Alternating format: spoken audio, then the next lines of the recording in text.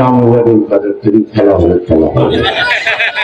হয়তো আগামী দিন কোনো খেলা কোনো টুর্নামেন্টে যোগ দিতে পারবেন না।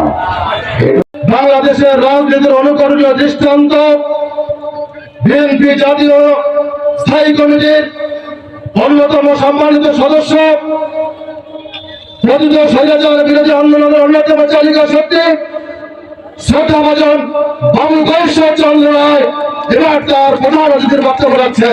বাবু গয়েশ্বর চন্দ্র রায়, জোরাকে তাহলে হবে আমরা যাবো। ধন্যবাদ। বাংলাদেশ জাতীয়তাবাদী দল কর্তৃক শহীদ জিয়া স্মৃতি ফুটবল টুর্নামেন্ট আজকে সেমিফাইনাল খেলা স্বাগতিক জেলা লালমনিরহাট এবং আগত জেলা এখানে যারা প্রতিযোগিতায় অংশ নিয়েছেন ধন্যবাদ।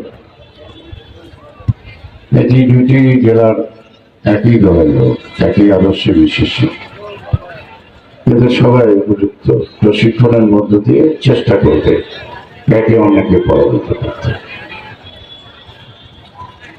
এমন ব্যতিক্রম ধর্মীয় অনুষ্ঠান অনেকদিন পরে দেখা, আর একটি ব্যতিক্রম ধর্মী লোকই এটার উদ্যোক্তা প্রিন্সিপাল আসাদুল হামিদ। রাজনীতিতে নানা ধরনের কর্ম আছে, যে কর্মগুলি শাসক বাংলাদেশে অনেক আগে যেগুলি হারিয়ে যাচ্ছে তিনি এগুলি সংরক্ষণ করছেন, মাঝে মাঝে মনে করে দিচ্ছেন এবং সর্বদাই রাজনৈতিক অঙ্গনে ভাবনায় চিন্তায় যুক্তিতে পরবর্তী বাস্তবতাকে স্বীকার করে তিনি সবসময় সঠিকভাবে রাজনীতিটাকে অনুধাবন করেন, উপলব্ধি করেন, সেটা নিয়ে যে চলেন অনেক কিছু উৎসাহিত করেন। এখানে যারা আসছেন আমাদের ভারত সোনাদের তারটি নিয়ে সে আঁকার চেষ্টা করছে। পাশাপাশি এই দেশটা আগামী দিন যাদের যারা নেতৃত্ব দিবে তাদের প্রতিনিধি ইঞ্জিনিয়ার ইসলাম হোসেন, তার বাবা একসময় স্বপ্ন দেখেছে বাংলাদেশের স্বাধীনতা, সে স্বপ্ন বাস্তবায়ন করে যাচ্ছে। আমরা যে স্বাধীনতার স্বপ্ন দেখছি শহীদ জিয়ার পাশে, সেই স্বপ্ন বাস্তবায়ন করতে গিয়েও আমরা পরিপূর্ণতা লাভ করতে পারি নাই।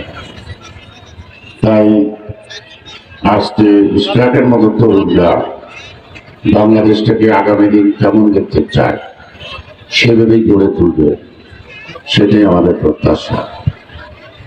আমাদের কিন্তু অনেকটাই চলে যাওয়া বা পৃথিবী থেকে প্রস্থান করার সময় খুব সমাগত, জানি না সে কিন্তু তখন, তবু আমরা দেখে যেতে চাই যে শহীদ জিয়ার পূর্ণ একটি নাম শহীদ আবুল কাসেম,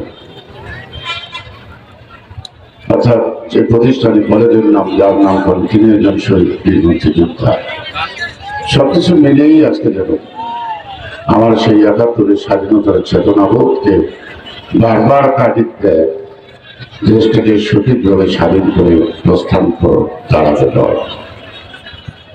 সেই দিনের অপেক্ষায় আমরা চলছি। আজকে খেলার ঘরে খেলবেন, আমরা খেলা দেখব,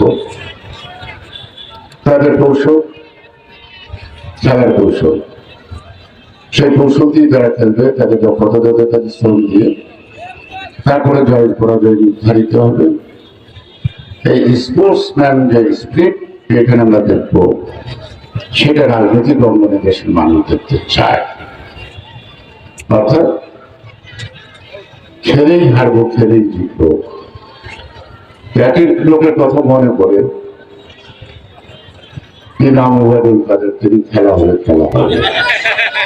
হয়তো আগামী দিন কোনো খেলা কোনো টুর্নামেন্টে যোগ দিতে পারবেন না। এটাও আমাদের জন্য একটা দুর্ভাগ্য। খেলাটা কেমন হচ্ছে, কেমন খেলা যায়, খেলাটা খেলার ভিতর সিদ্ধান্ত দেখা যাচ্ছে না। ইসলাম একটি কথা বলছে, আমরা 16 বছর যেমন এই ফেসিবাদের বিরুদ্ধে আন্দোলন সংগ্রাম করার জন্য আমার অনেক ভাই রক্ত দিল, জীবন দিল, স্বাধীনতার যুদ্ধে অনেকেই শহীদ হল। আমি বলবো ভাগ্যবান, পুরো দেশটা দিয়ে গেছে, দেশের এই দুরবস্থাটা দেখতে যায় নাই। আমরা বেঁচে থেকে এই দুরবস্থা দেখছি, যুগে যুগে মরছি, প্রতিবাদ করছি, রক্ত ঝরছে ঝরুক।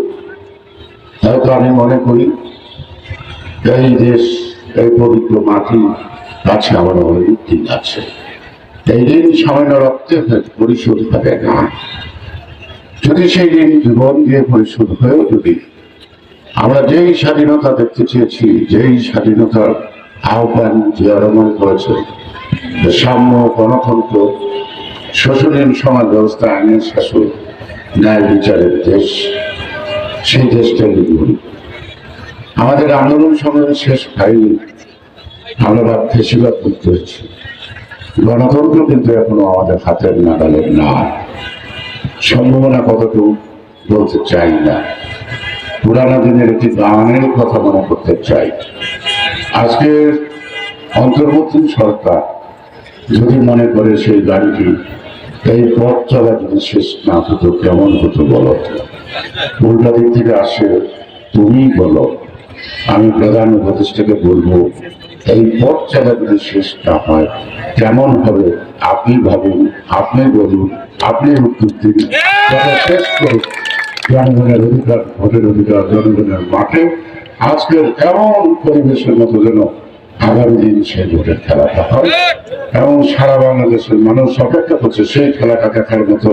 আজকে যেমন লালমনিরহাট, কুড়িগ্রাম, পঞ্চগড়ের বিভিন্ন অঞ্চল থেকে খেলা দেখতে আসছে, উন্মুখ হয়েছে খেলাটা শুরুর জন্য, কথা শোনার জন্য না।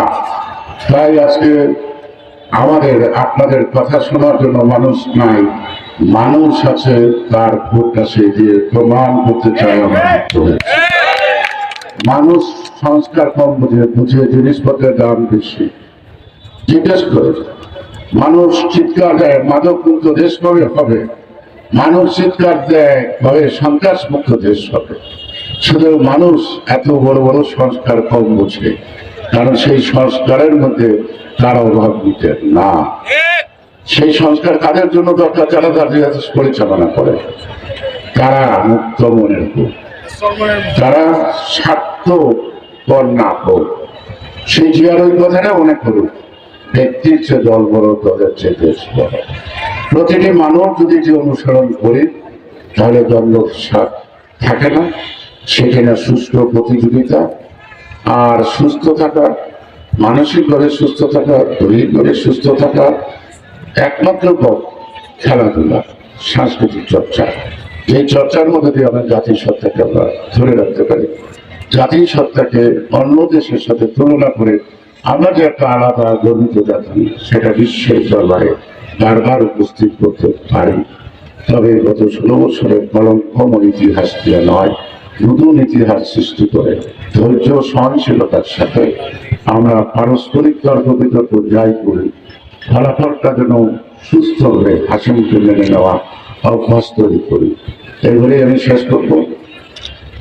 শহীদ জিয়ার স্মৃতি শুধু ফুটবলে সীমাবদ্ধ নয়, প্রতিটা ক্ষণে ক্ষণে, প্রতিটি সমস্যার বাক্যে বাক্যে শহীদ জিয়া আমাদের কাছে উপস্থিত থাকেন, এবং তিনি আমাদের অনুপ্রেরণা। আর আবশ্যক ধরুন খালেদা জিয়া, তিনি আন্দোলনের সংগ্রাম আমাদের উৎসাহ, উদ্দীপনা, নতুন আশার সম্ভাবনা। তার এই যুগোত্তরসূরি জনাব তারেক রহমান বিদেশে বছর 7 বছর অক্লান্তভাবে লড়াই করে সারা দেশের মানুষকে একত্রিত করে একটি ফলাফল ধরে এনেছেন।